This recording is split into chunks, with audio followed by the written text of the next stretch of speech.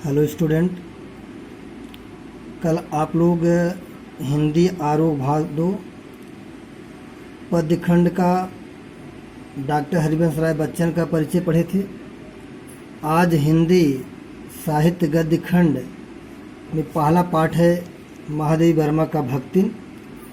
तो पाठ परिचय होने से पहले बच्चों हमें लेखक परिचय या लेखिका का परिचय जानना जरूरी है।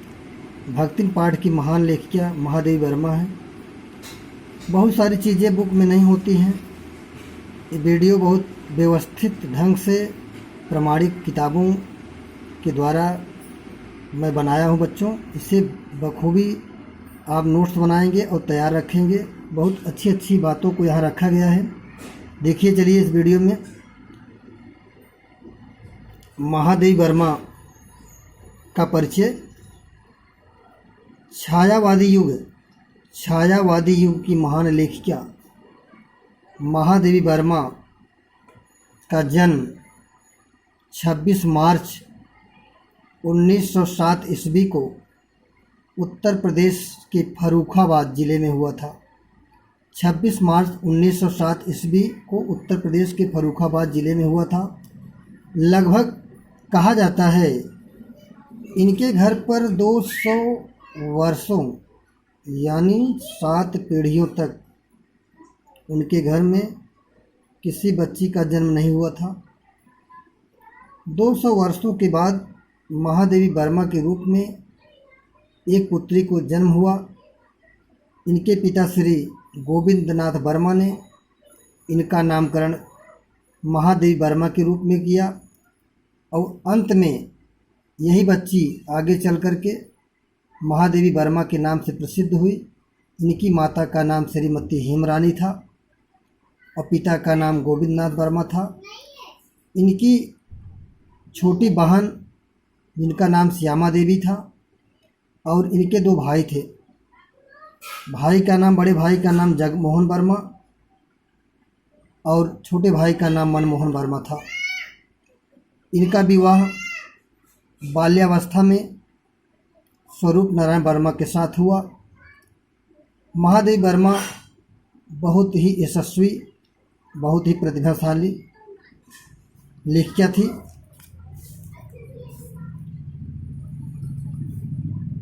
महादेवी वर्मा सर्वाधिक प्रतिभावान कवित्रियों में से एक हैं। महादेवी वर्मा सर्वाधिक प्रतिभावान कवित्रियों में से एक हैं। छायावादी युग के 4 प्रमुख स्तंभों में एक मानी जाती हैं।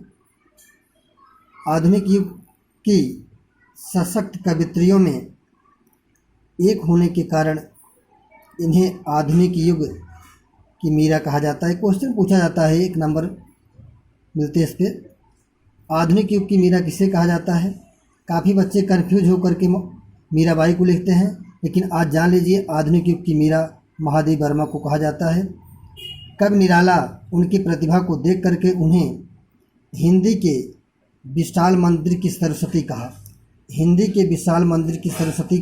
ये 2 क्वेश्चन आपको यही मिल गए 1 नंबर के।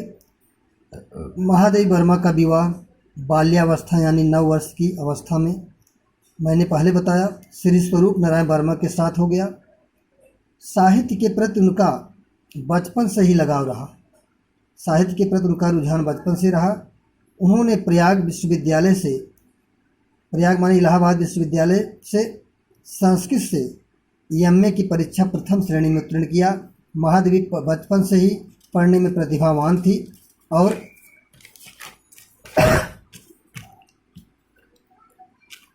विरह की गायिका महादेवी वर्मा को नीरजा, इनकी महत्वपूर्ण रचना है नीरजा। 1936 पर शेक्सपियर पुरस्कार से नवाजा गया और 1940 यामा पर उन्हें मंगला प्रसाद पारितोषिक पुरस्कार मिला और सन 1982 में माया और दीपशिखा पर इन्हें ज्ञानपीठ पुरस्कार मिला।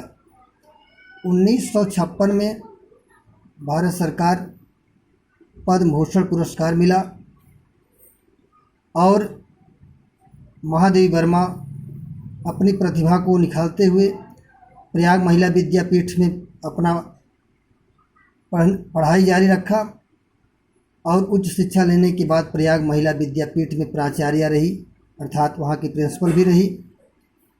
इनकी प्रमुख रचनाएं देखिए, बहुत ही इम्पॉर्टेंट रचना, निहार, रस्म, नीरजा, यामा, निहार, रस्म, नीरजा, यामा, दीपशिखा, श्रृंखला की कड़ियाँ, क्षणदा, सुखदा, अतीत के चलचित्र, रेखा चित्र।